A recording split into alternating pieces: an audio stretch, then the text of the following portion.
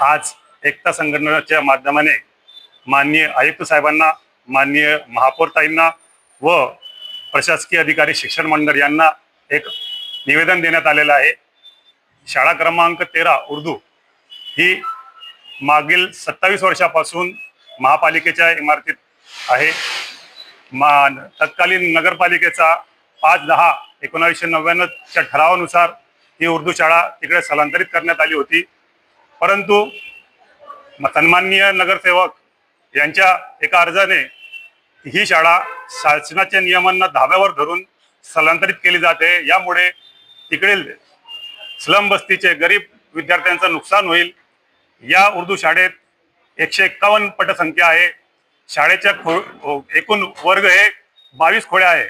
त्याच्यात 151 पटसंख्या असलेल्या उर्दू शाळेला फक्त 9 रूम देण्यात आलेले आहे व मराठी शाळा क्रमांक 1 याची पटसंख्या फक्त 25 आहे। त्यांच्या ताब्यात 13 खोल्या आहे।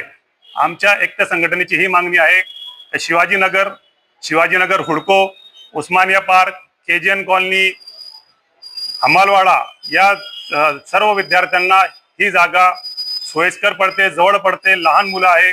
जर ही शाळा इकडून स्थलांतरित केली तर एकता संघटन याचा तीव्र विरोध करेल व आमची मागणी आहे की मागील 26 वर्षापासून जी शाळा ज्या ठिकाणी आहे त्याच ठिकाणी ठेवण्यात यावी। मजर पठाण, एकता संघटक, जळगाव।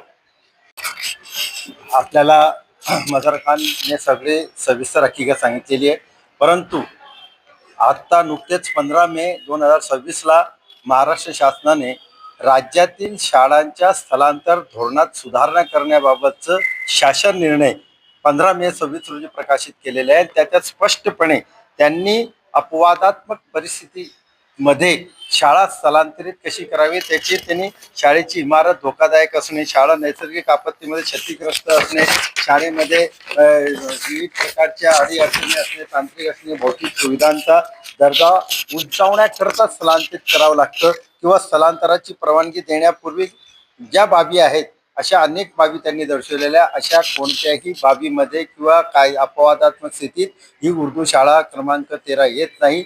फक्त आणि फक्त राजकारणाचा एक भाग म्हणून ती शाळा तिथून स्थलांतरित करून त्या मुलांचं भविष्याशी खेळणं आहे। आपण जर बघाल की RTI कायद्यानुसार सुद्धा सदरची बाब अत्यंत आक्षेपार्ह आहे की लहान मुलांना शैक्षणिक सुविधापासून तुम्ही वंचित ठेवू शकत नाही व खास करून महानगरपालिकेची शाळा, महानगरपालिकेची इमारत, महानगरपालिकेच्या हद्दीतील विद्यार्थी असल्यामुळे महानगरपालिकेची ही नैतिक नाही तर त्यांची जबाबदारी ही की त्यांनी ती शाळा स्थलांतरित न करता त्या शाळेचा भौतिक दर्जामध्ये वाढ कशी होईल ते करणं यांचं कर्तव्य आहे। तरी सुद्धा ते फक्त स्थलांतराच्या नावाने शाळा बंद करण्याचा प्रयत्न करीत असल्याची आमची भावना झालेली आहे।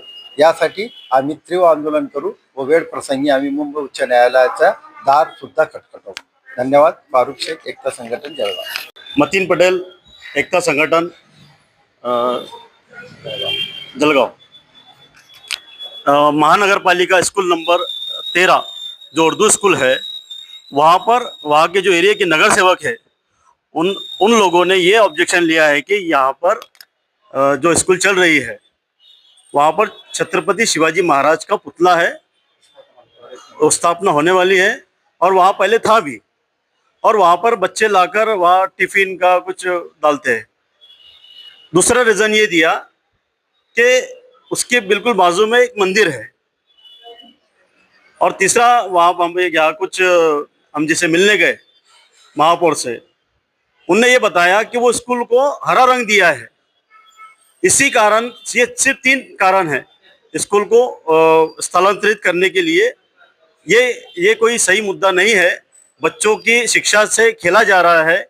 इन कारण बताकर यहाँ बच्चों को यहाँ से 2 किलोमीटर 1 किलोमीटर दूर स्थलांतरित करने का एक षड्यंत्र है जो कि सही नहीं है। ये बच्चों के साथ में अन्याय होगा और ये रीज़न कोई इंसानियत के उसका नहीं है। अगर छत्रपति शिवाजी महाराज का पुतला वहाँ होता है और बच्चे उससे सीखेंगे।